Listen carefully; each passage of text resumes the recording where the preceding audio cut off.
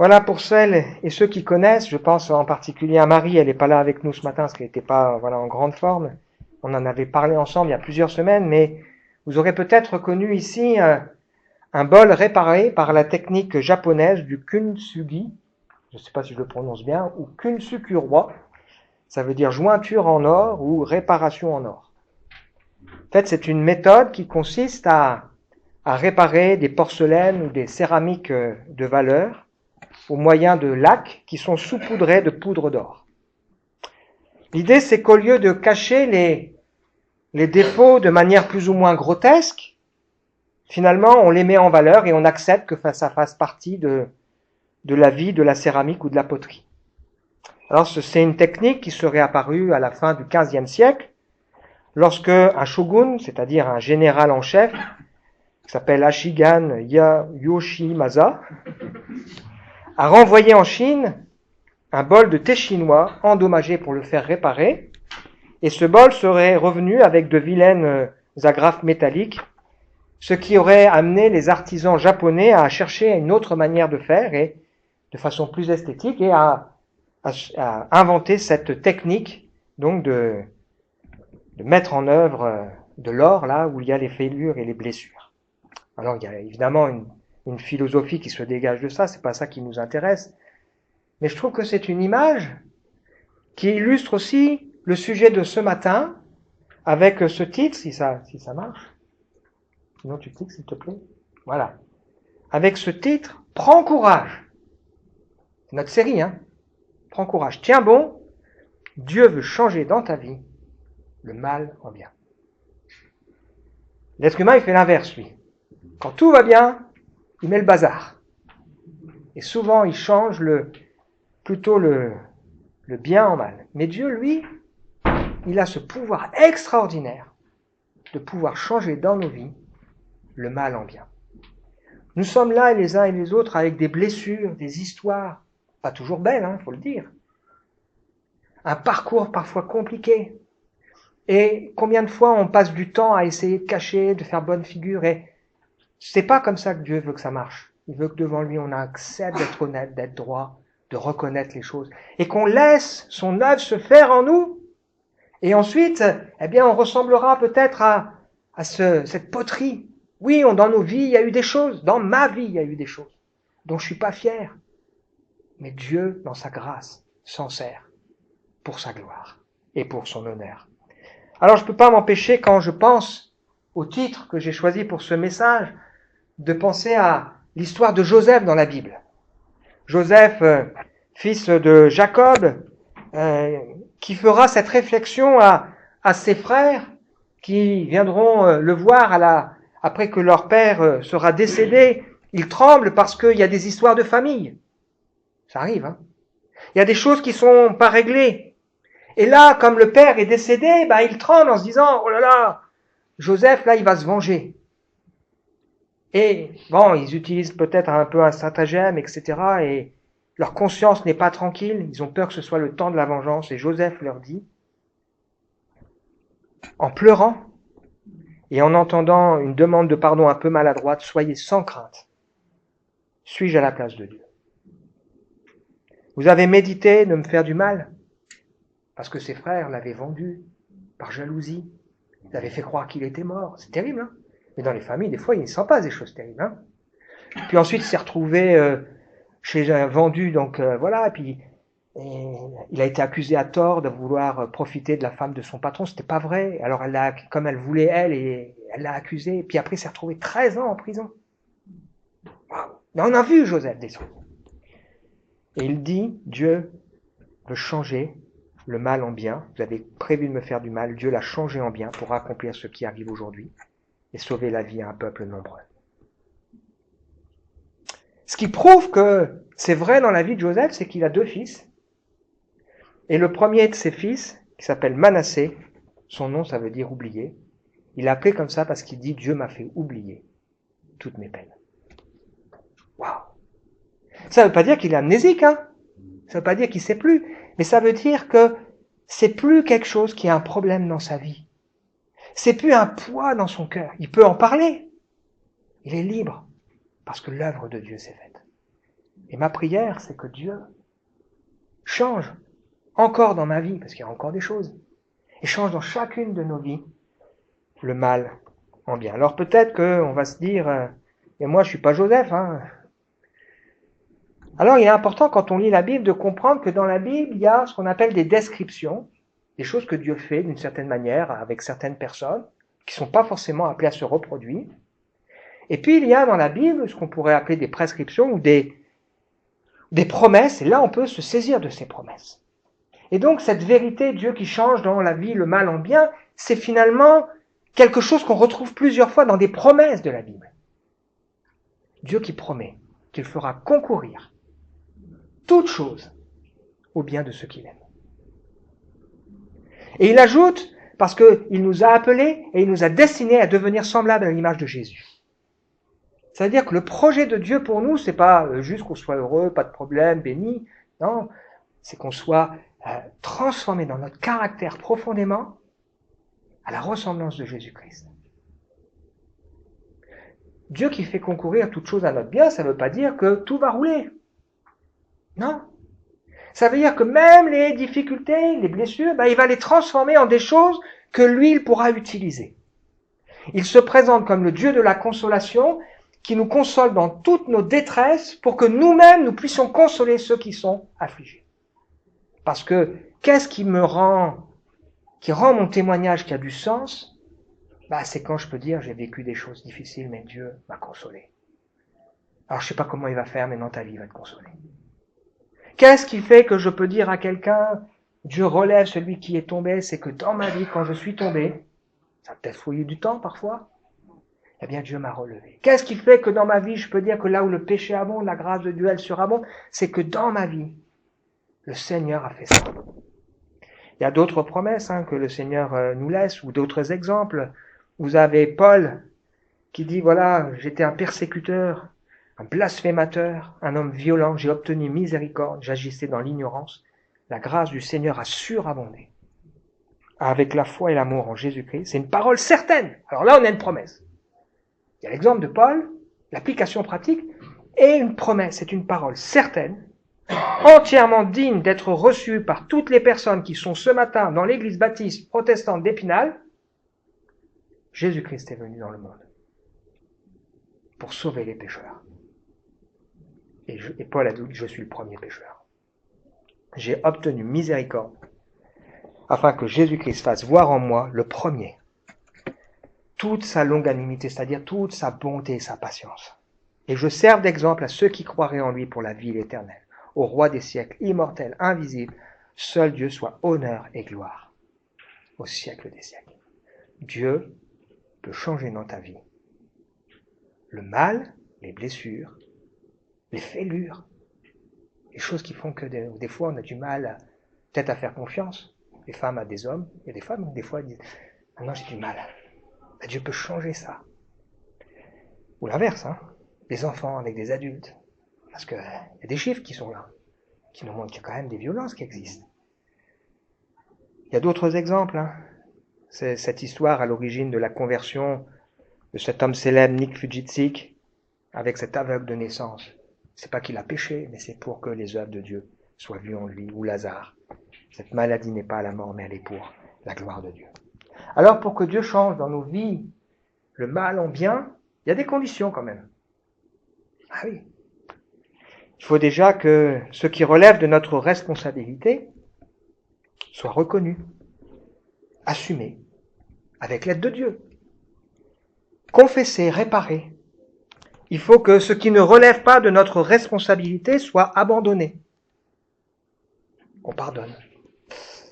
Oh là là, quel mot. Qu'on pardonne.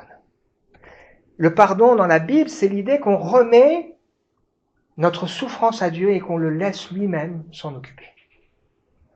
Qu'on arrête avec la colère.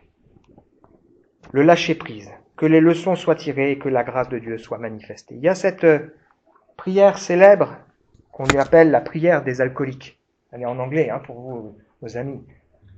Dieu, donne-nous la grâce d'accepter avec sérénité les choses qui ne peuvent être changées, le courage de changer celles qui devraient l'être, et la sagesse d'en connaître la différence.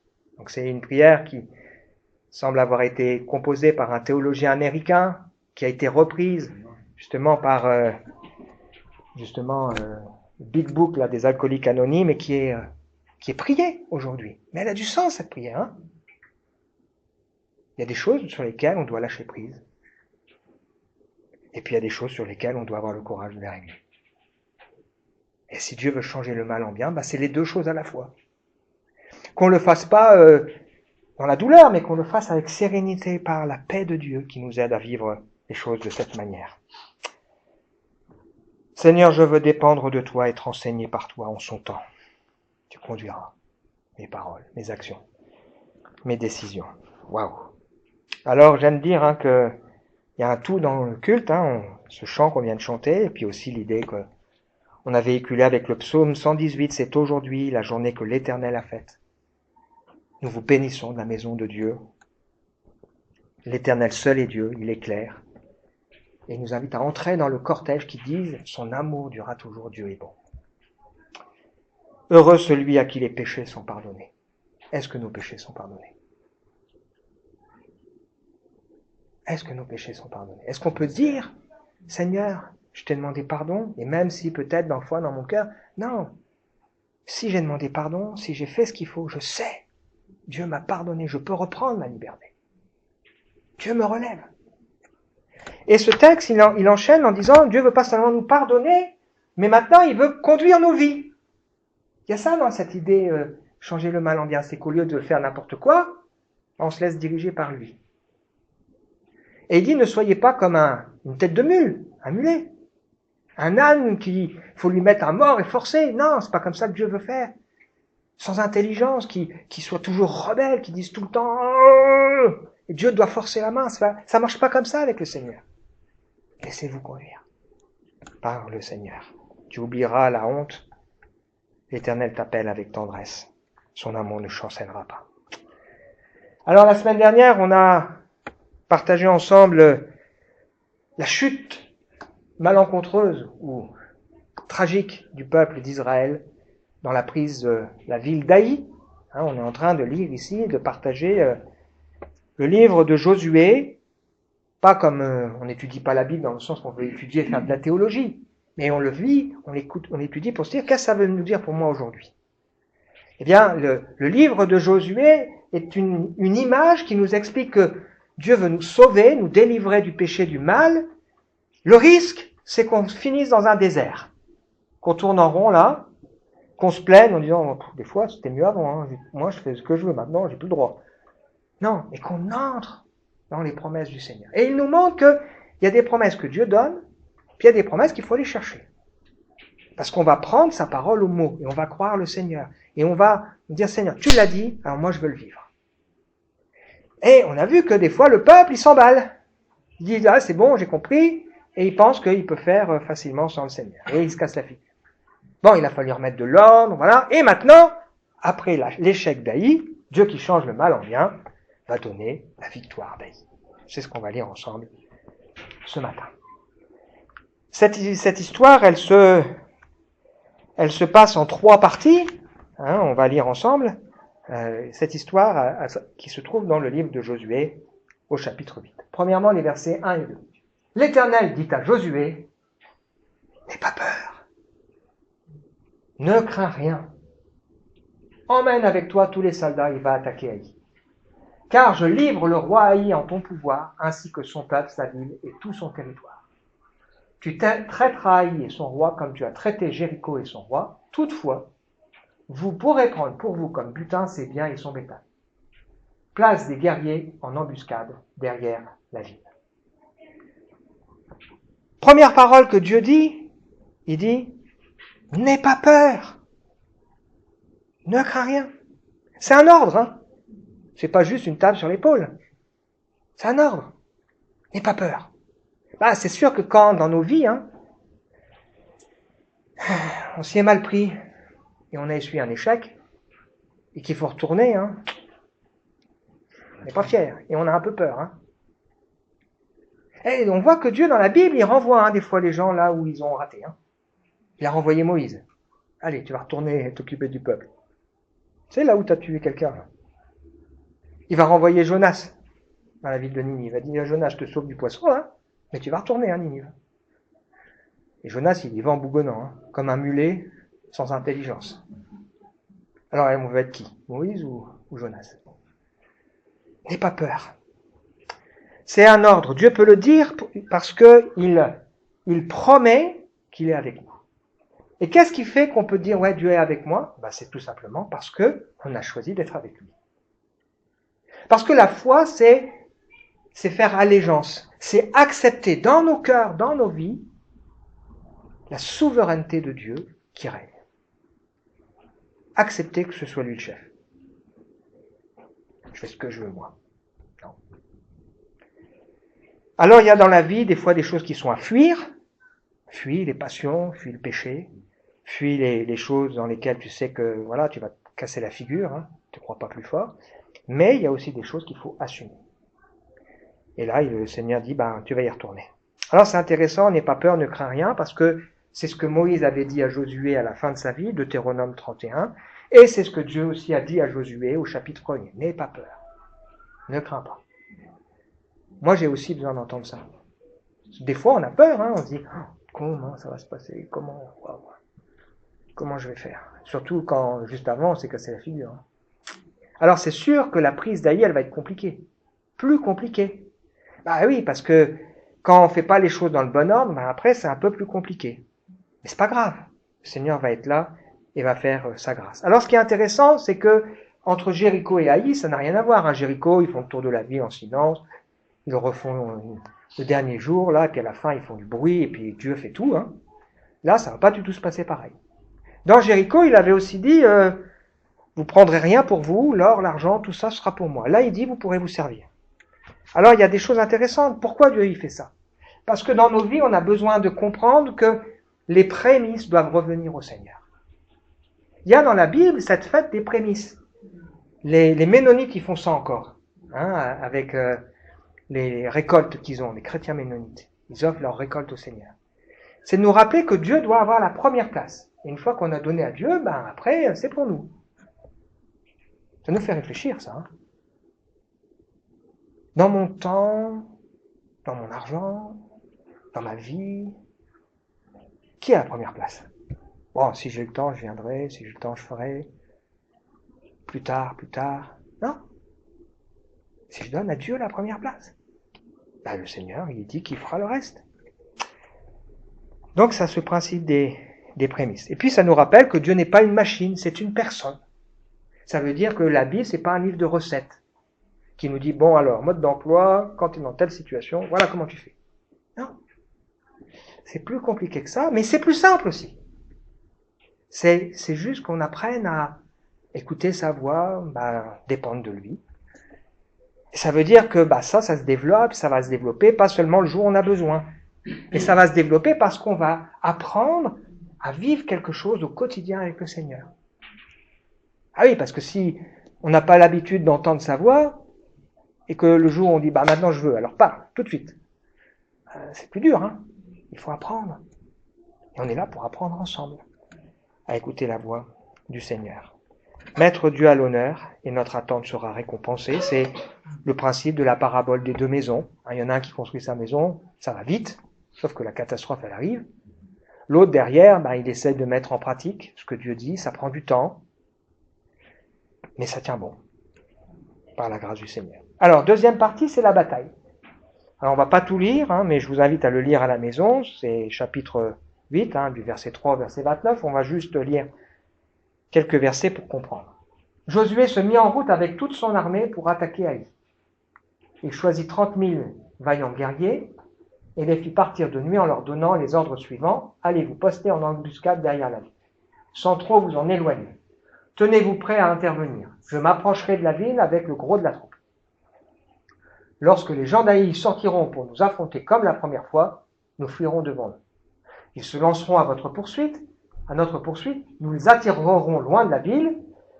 En effet, ils penseront que nous fuyons encore devant eux comme l'autre fois, et à ce moment-là, vous surgirez de votre cachette, vous emparerez de la ville, l'Éternel, votre Dieu, la livre en votre pouvoir. Dès que vous en serez maître, vous y mettrez le feu, comme l'Éternel l'a commandé. Voilà quels sont mes ordres.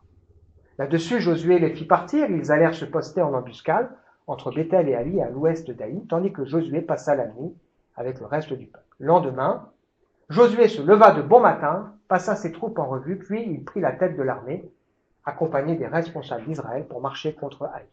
Toute l'armée qu'il conduisait s'avança jusqu'à ce qu'elle arrive en face de la ville. Ils prirent position au nord d'Haï, dont une vallée les séparait. Josué avait pris aussi environ 5000 hommes, il les avait postés en embuscade entre Béthel et Haï à l'ouest de la ville.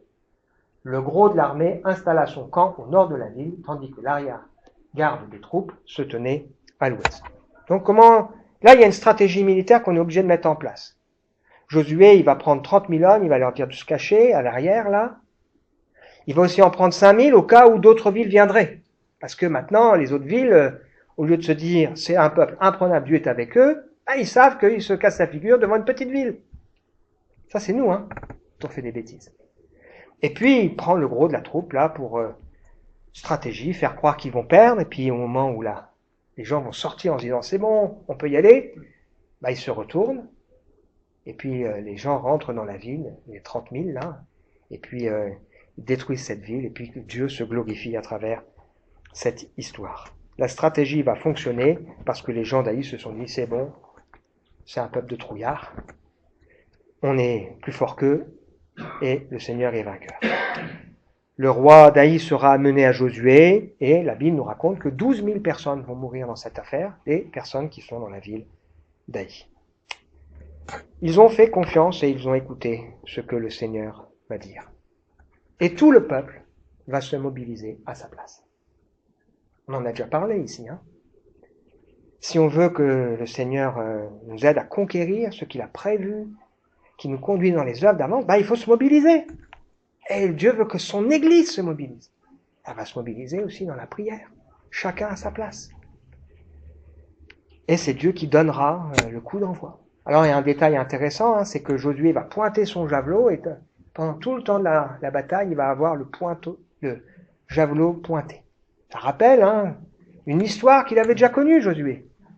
À un moment donné, il était avec Moïse et ils ont dû combattre. Moïse est monté sur une montagne, il priait, il était fatigué, il avait Aaron et Hur qui ont soutenu ses mains et Josué, lui, il était dans la bataille. On regarde au Seigneur tous les jours de nos vies et on apprend à lui faire confiance et à marcher avec lui, à obéir à ce qu'il veut faire.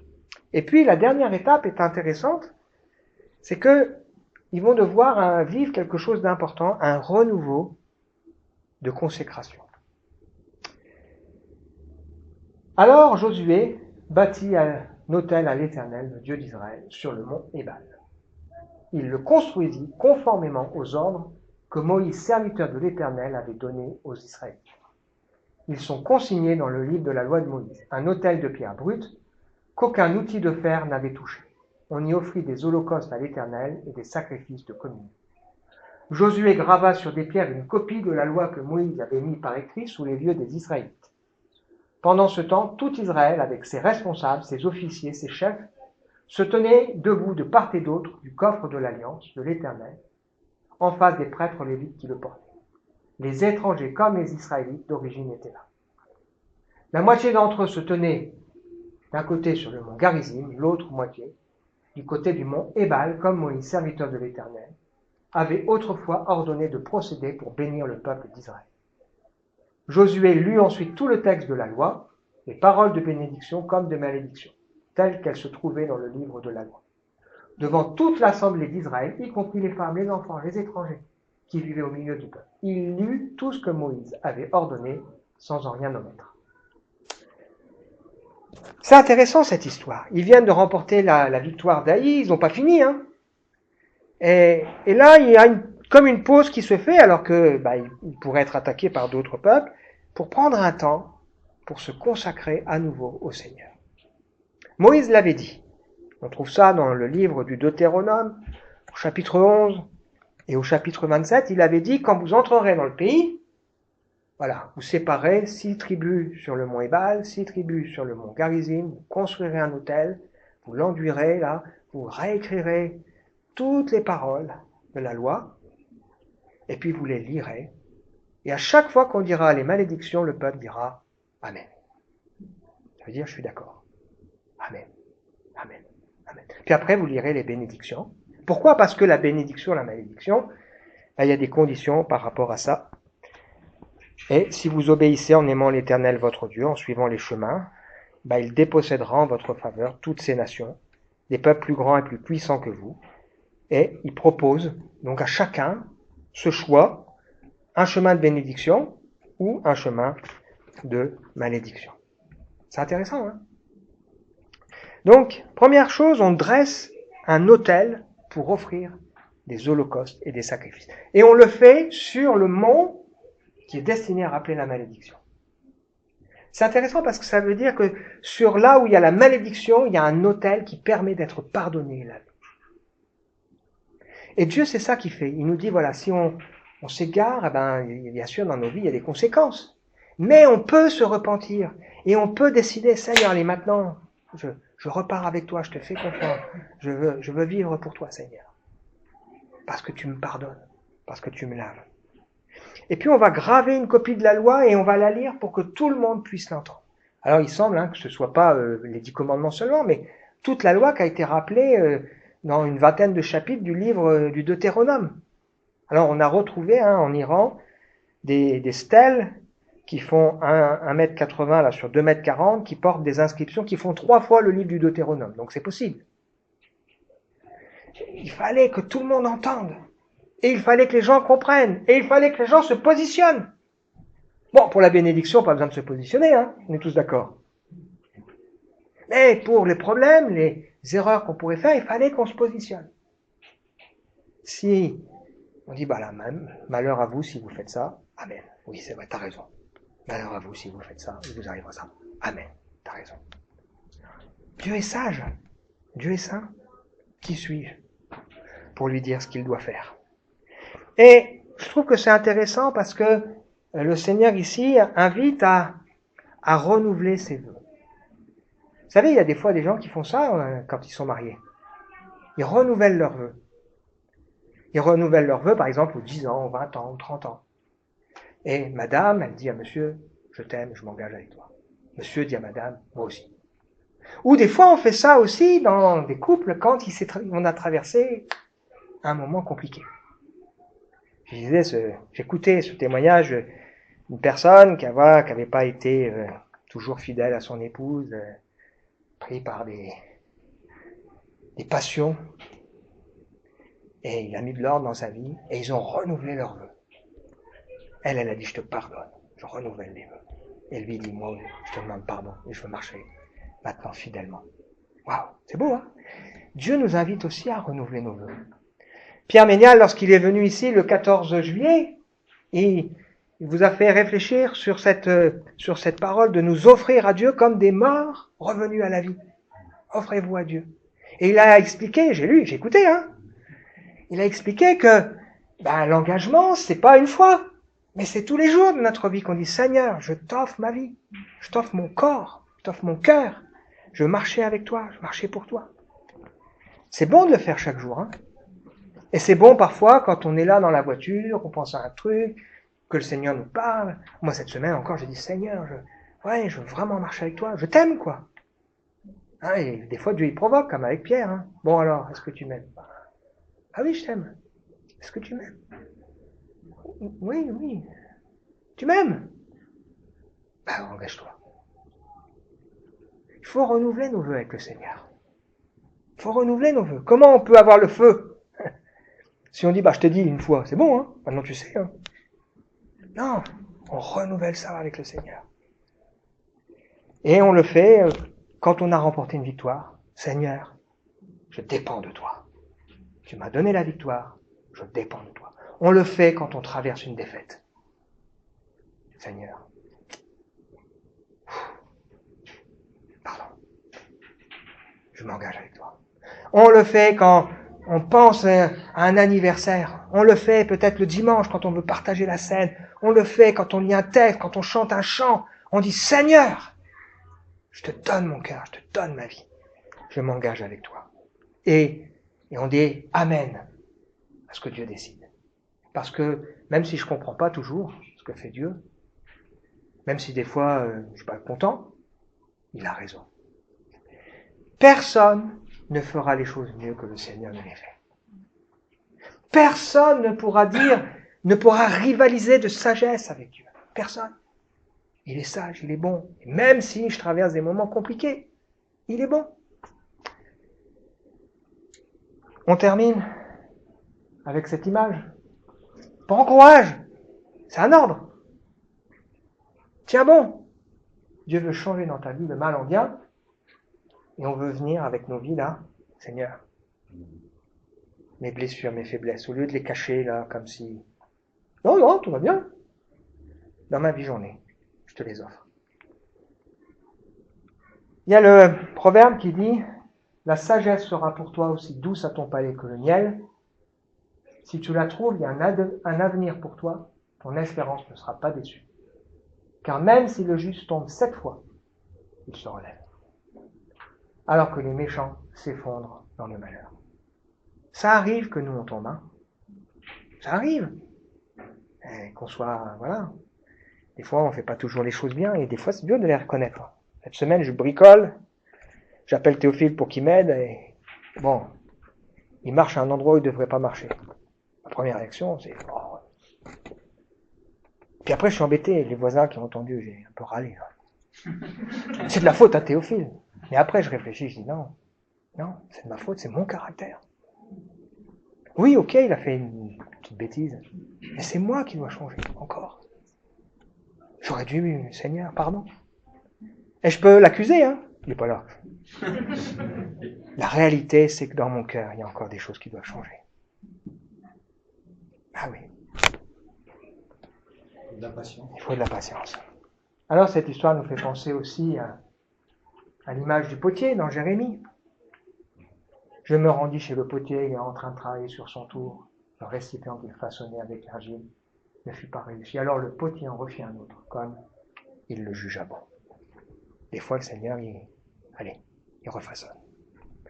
Peut-être que le Seigneur, ce matin, il a besoin de refaçonner encore des choses dans nos cœurs et dans nos vies. Il change le mal en bien, mais il y a des conditions.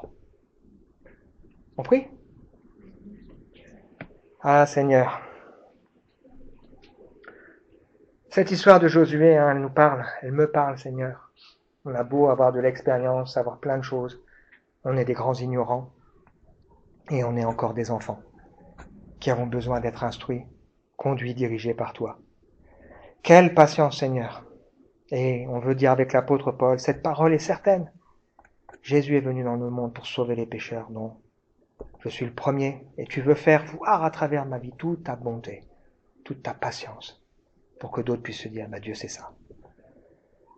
Seigneur, je suis convaincu que ce matin, tu as parlé à nos cœurs aux uns et aux autres. Et je te prie, Seigneur, pour qu'on puisse dire, je m'abandonne, je te donne mon cœur, ma vie. Que celui qui est tombé prenne la décision de se relever, peut-être d'oser en parler. Que celui qui est debout puisse prendre la décision de se dire, je m'engage avec toi, Seigneur. Que celui qui est là puisse dire, tu changes le mal en bien, je vais arrêter de cacher et faire croire que tout va bien. Je vais oser reconnaître mes blessures, mes fêlures, parce que Seigneur, si on le fait, tu pourras t'en servir pour ta gloire. Amen. Voilà, on veut rester dans le recueillement, parce que c'est important ce moment, parce qu'on veut réfléchir, on va chanter un chant ensemble, un nouveau chant.